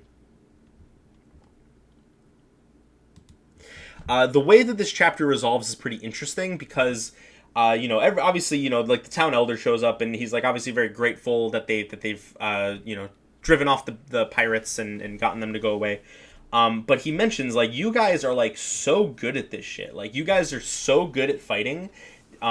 you, especially your commander Grail, because I guess they've helped this village out before, so this guy knows Grail, and he says especially Grail, like, you guys are good enough to be like Crimean royal knights. That's the name of the country that they're in. We did not get like a continent overview, and we probably won't get one until later.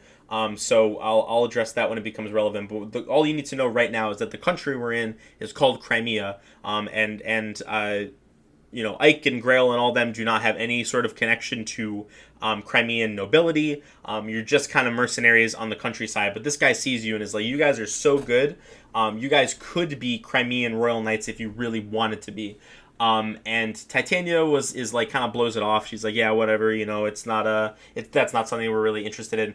But Shinon and Gatry are both like, well, I mean, it's not like we don't. They're like, we enjoy what we do, especially Gatry. Like Shinon basically just says that he's bored all the time and is kind of an asshole. But Gatry, tries to be the more reasonable one about the whole thing. He says, like, we're very good at this. He's right about that. We are extremely good at what we do. And I think it's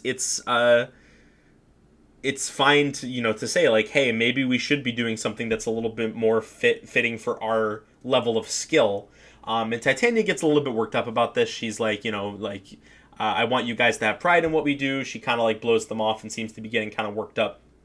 Gatry kind of backs off. And Titania seems genuinely pretty sad that they don't seem to have pride in what they do as mercenaries. But Ike, of course, in this cutscene delivers his famous line, if you're looking for pride, I have it, which is, based Ike. This is not at all relevant to, like, okay, so if you don't know what I'm talking about, his line, if you're looking for pride, I have it, has been, there's an edit of it floating around online that's posted during Pride Month, with Pride flag colors and all that stuff, which is great. Anyway, great line here from Mike. I mean, obviously, I'll step back from the Pride Month version of that line and just say that I do really like this moment in the story as a piece of actual characterization for Ike, because the fact that he is so down to earth, the fact that he sees like these incredibly talented people that he's surrounded by. He has his father, he has Titania, and even the other mercenaries, right? Like he sees all these people using their talents to help people, and he is like, yes, I am down for that shit. I want to do more of it. I want to be like you. I want to be a part of making this a reality. That aspect of Ike is just completely like throughout, like, it's the through line for his character throughout the game. This is the best thing that you can say about Ike, in my opinion, like the strongest, most succinct summary of Ike as a character is that throughout the games, he never stops being that person. Everything around him changes. The world becomes more complicated. He's forced into some very difficult situations where he has to make tough choices and take on responsibilities that seemed beyond him at the time. But at the end of the day, fundamentally, Ike has not changed from the beginning of Chapter 1 to the end of Radiant Dawn Endgame. Which sounds, when I frame it like that, it sounds boring and like it could be used as a criticism. But no, I love this shit. I think Ike's moral fiber and conviction of character is the best part of his character. I think it's so interesting. And similar, I find myself, I found myself, I should say, making similar arguments about Seliph and FE4. And I think that a lot of that was me reading into things and having to pull, squeeze blood out of a stone. Whereas in this game, I think it's just extremely like front and center. Like I think it's a very obvious interpretation of that, of Ike's character, and I think it's really cool to see. That's about it. I think it's a cool moment for everybody involved here, really, because I also don't think that I don't think Gatry should be strung up for this either, right? Like Shinon should be strung up for a lot of things. But Gatry, I don't think there's anything wrong with Gatry wanting to be like, yeah, I'm really fucking good at this, and I don't necessarily want to fight bandits out of villages for my entire life. I don't think he's wrong for that. I think that he should be free to pursue the life that he wants to. The method and timing for which he chooses to do that, I think, is a little bit suspect. I think he and Shinon are actually kind of fucking snakes for when they choose to make this decision. But the decision itself is not one that I personally consider to be bad or negative at all. But yeah, so and Titania here is just great. Also, I think it's a fantastic moment for basically everybody involved. Okay, yeah, that's about all I have to say. Very simple gameplay this time around. I did still manage to go on for like 2 hours about all the different mechanics and stuff like that, because there are a pretty significant number of changes, and I haven't even gotten to all of them yet. But the actual maps themselves are pretty basic. In terms of my favorite, I mean, it's chapter 3 almost definitely, but it's not gonna stay that way for very long, I don't think. I mean, it's not an amazing chapter. In general, I don't think this game actually has very excellent map design on average. I think there's a few that I think are quite good, but for the most part, I think most of the maps are pretty middle of the road. But yeah, that's about all I have to say about this. Narratively, though, I'm really liking where the story is going. I mean, I know where the story is going, but I think this opener for the characters and for the premise and the environment that we find ourselves in, it's so unique and so interesting compared to where so many of the other games start. And it's just great to see. I'm a huge fan of how this story kicks off. I would argue, I think a lot of people would argue this, and I don't know if I want to commit to this right out of the gate. But I'm pretty sure that I would say that Path of Radiance has the best story in the series. It's tough. I also really like Thrasia's. I also really like Radiant Dawn's, despite the many problems that Radiant Dawn's story has. I think both of those are also very strong contenders for me. But Path of Radiance, just in terms of its like self-contained story, is so good. And I think if it's not my absolute favorite, it is definitely at the very least quite high up there. But all right, yeah. So let's go ahead and move on to just kind of wrap up stuff, news, and other miscellaneous things. Okay, so there is no news, at least none that I'm aware of. So just going straight into stuff that I've been doing. I've been watching more anime.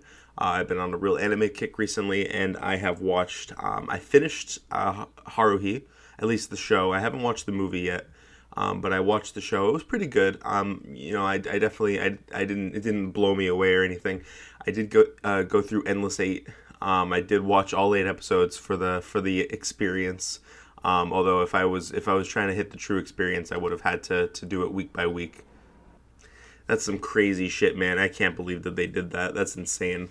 But yeah, so pretty good show overall. I watched Gunbuster. Which is a pretty old mecha show. It's an OVA, 6 episodes long, done by Gainax, and directed by Hideki Anno, who was the director of Evangelion.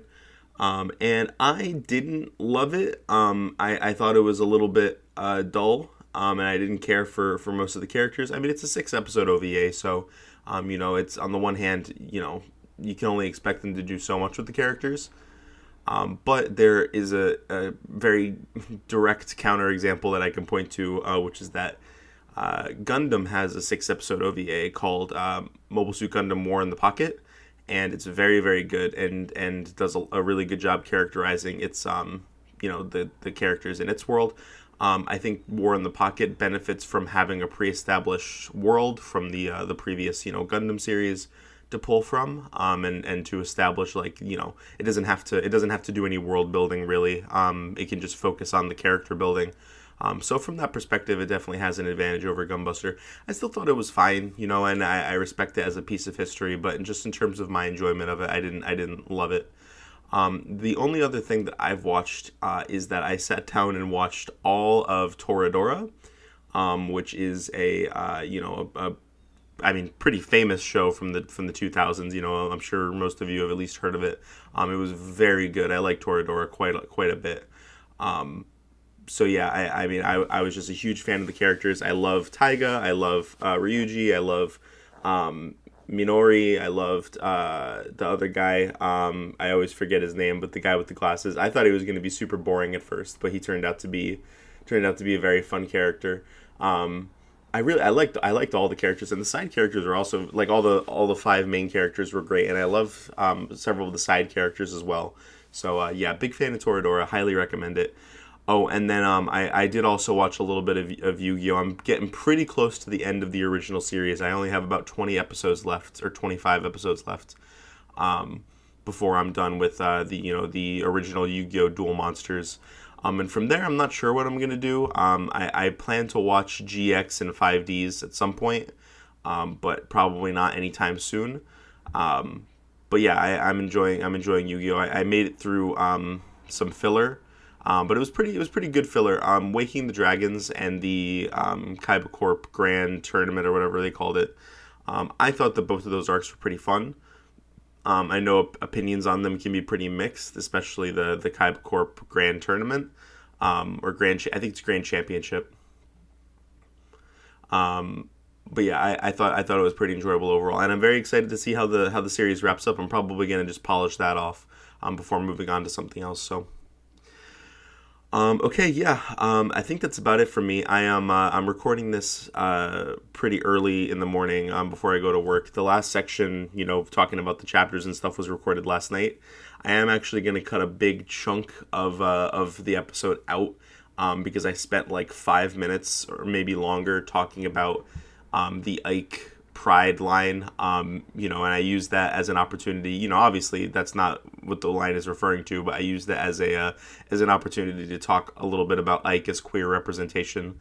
And I think for the most part, I think it was good stuff. But I wanted to make sure. I was getting very tired by the end of that recording session. You can probably tell just by how often I was tripping over my words. So I decided to cut that out, save it for a time where I'm less tired, and frankly, a time where it makes more sense to talk about, either later in this game or maybe save it for Radiant Dawn. But I do think that it's worth talking about, and when I eventually get around to it, I think it'll be a fun discussion worth having. But I wanted to make sure that I gave it the I didn't want to half-ass it, and say something that I would end up regretting later. Just because I was tired and wasn't thinking. So yeah, if the transition around that line and the stuff surrounding it feels weird, that's probably why. I took a big chunk out of the episode. So okay, yeah, so that's it for me for today. I'm very happy. That Reddit post did pretty well. I got I believe 7 new followers just from that one post, and that's just on Spotify. Because Spotify only tells me about the website I use to keep track of my analytics it's owned by Spotify, so it just kind of tells me stuff about Spotify for the most part. That's where the most detailed analytics come from, which is annoying. I'd like to see more. Maybe there's a website I can go to that gives me a better breakdown on other sites as well.